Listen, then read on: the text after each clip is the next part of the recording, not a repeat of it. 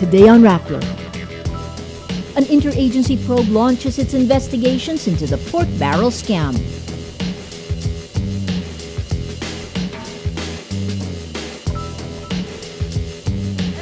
This is the last frontier, and we are very hopeful that the justices will look into all the issues. The fight is nearing the finish line, and we will be sustained by the Supreme Court.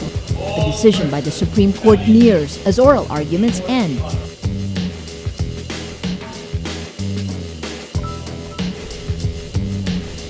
And a senior official says the United States may consider military action against Syria for alleged use of chemical weapons.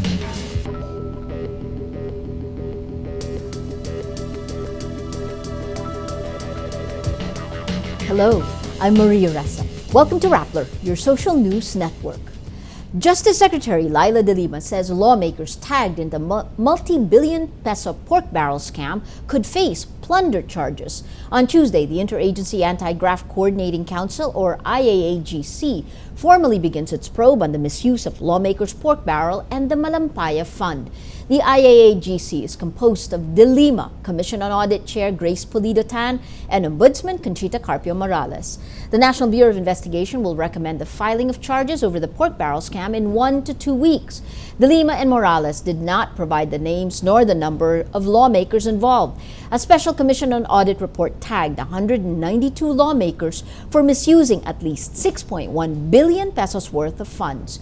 But De Lima says the report by itself cannot stand as evidence. She says it will serve as, quote, a reference document to make it easier for investigators to gather evidence against the people involved. The Ombudsman plays a key role in the interagency probe on the pork barrel scam. The Ombudsman has the power to direct agencies to cooperate and to file charges against people involved in the scam with or without their cooperation. In their report on the misuse of pork barrel, the Commission on Audit, or COA, asked several lawmakers to explain the questionable use of their funds. Unlike the Ombudsman, COA does not have prosecutorial powers that would force them to respond. Many of the lawmakers did not. As shown in the impeachment trial of former Chief Justice Renato Corona, the Ombudsman can direct all government agencies to cooperate in its investigation. The Ombudsman was key in exposing Corona's dollar accounts, which prompted the Senate to convict Corona for failing to disclose his net worth. It was also able to go around the bank secrecy law by tapping the Anti-Money Laundering Council, or AMLAC, to provide Corona's bank records. Ombudsman Conchita Carpio Morales says her office asked the Budget Department and the AMLAC for documents related to the pork barrel scam. Morales adds her office will also ask the Securities and Exchange Commission for documents on non-government organizations that may have received the funds. Excuse me. Justice Secretary Leila de Lima says Janet Napoles, in the center of the pork barrel scandal, and her brother Jojo Lim are still in the Philippines. In a press conference, de Lima says the two have not left the country. All existing leads na nakakalap ng NBI ngayon point to the fact that they're still here, but they're hiding.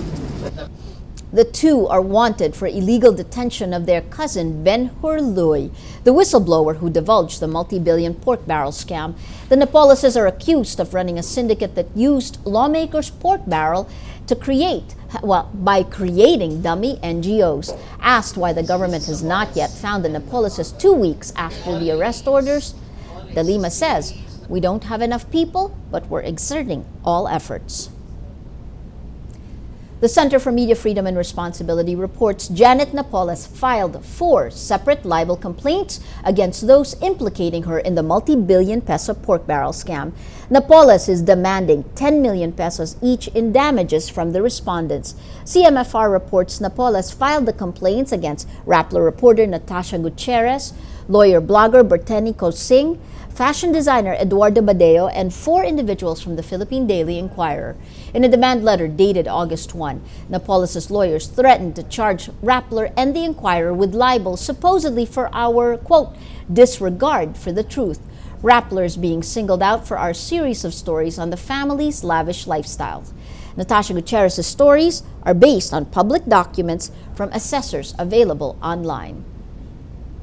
Rappler has yet to receive a copy of the case filed. We have and will continue to stand by our reports. A libel case is a common form of intimidation against journalists. In pursuing this story about public officials who try to escape accountability, journalists cannot and should not be intimidated. Presidential spokesman Edwin Lacerda will arrange a dialogue between Budget Secretary Florencio Abad and some of those who joined the #MillionPeople March on Monday. In a press briefing Tuesday, Deputy Presidential Spokesperson Abigail Valtes says the dialogue will be held soon. Valtes says, as a consequence of what happened, many have been reaching out to some government officials. On August 23, President Benigno Aquino announces the current pork barrel system will be overhauled to prevent public funds from being used in questionable transactions. Valtes says 15 senators support the abolition of pork barrel, but adds Malacanang does not know how many members of the House share that same position. The Supreme Court ends hearing oral arguments for and against the reproductive health law. What happens next? Carmela Fonbuena reports. All persons having business before the Honorable. It's the fifth and final day of oral arguments here at the Supreme Court on the constitutionality of the reproductive health law. Both camps are confident. Of course, it is very different from lobbying before the Congress. This is the last frontier, and we are very hopeful that the justices will look into all the issues very judiciously and very carefully. The fight is nearing the finish line, and we will be sustained by the Supreme Court, and finally the Filipino people will reap the benefits of the RH law. The discussion goes back to the question, does the RH law violate freedom of religion?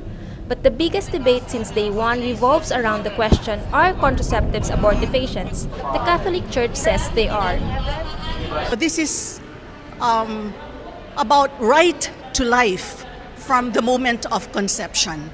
So I think that's the most important issue here, and that's the most compelling issue that we have brought out and we have argued. It's mostly a repeat of the arguments raised in the last 13 years in Congress. The arguments of the public respondents and the private intervenors were strongly anchored on the unequivocal provisions of the law and medical and empirical researches, while the arguments of the petitioners were based feebly on religious dogma and imagined fears and apprehensions. Emotions are high at the Supreme Court as it was in Congress. Lawyers Against the Law says government funding of contraceptives violates the constitutional right to life and the law of God. RH law advocates disagree, insisting the law in fact preserves the lives of mothers and teenagers exposed to unwanted pregnancies. Critics of the RH law were the first to present their arguments. They were grilled for hours by justices perceived to be in favor of the reproductive health law. When it was the turn of the RH law advocates to present their side, justices perceived to be against the law asked the tough questions. What happens now? Both camps will submit their memoranda. It will be discussed in an en banc session and the justices will finally decide. We don't really know when the Supreme Court is going to come out with its decision. The fate of the reproductive health law is now in the hands of 15 Supreme Court justices who get the final say on issues Congress deliberated for 13 years. It is not an easy task. The Chief Justice herself asked, should the Supreme Court reverse a policy made by two co-equal bodies, the legislative and the executive, or should the justices exercise judicial restraint? Carmela Fonbuena, Rappler, Manila. Explaining its updated travel warning, United Kingdom embassy officials say the Philippines is mostly trouble-free despite some threats on foreigner safety. Embassy officials say the travel warnings only cover parts of Mindanao. But the main message is that we encourage and we want more people to come and trade, invest and to visit the Philippines, but we also want people to be aware that there are different risks on the island of Mindanao and they should be careful to understand what they are and to act on it. The latest update involves a, quote, imminent kidnap threat against foreigners in Zamboanga del Norte province in Mindanao. Moving on to world news, a senior U.S. official says the United States is considering military action against Syria for using chemical weapons against its own people last week. The official says the U.S. is increasingly convinced chemical weapons were used despite the denial of Syrian President Bashar al-Assad.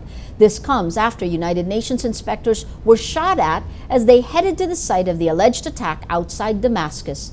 U.S. President Barack Obama has the authority to launch airstrikes against Syria, but he has to notify lawmakers in Congress. U.S. State Secretary John Kerry says the administration is, quote, actively consulting with members of Congress. But Russian Foreign Minister Sergei Lavrov warns the West against intervening in the Syrian conflict without the approval of the UN Security Council, saying military action would violate international law. Lavrov says the West is unable to produce any evidence to back claims the Syrian government used chemical weapons in the incident last week. Well, let's now look at Rappler's Wrap for today, a list of the 10 most important events around the world you shouldn't miss. At number 5, U.S. Secretary of Defense Chuck Hagel will be in Manila on August 29th and 30th to conclude his Southeast Asian trip meant to stress Washington's strategic pivot to the Asia-Pacific. Hagel earlier met with Malaysian Prime Minister Najib Razak, Indonesian President Susilo Bambang Yudhoyono, and defense officials to discuss military cooperation. The U.S. pivot to Asia-Pacific means a resurgence of U.S. warships and planes, believed to be a move to contain Beijing's aggression in the South China Sea.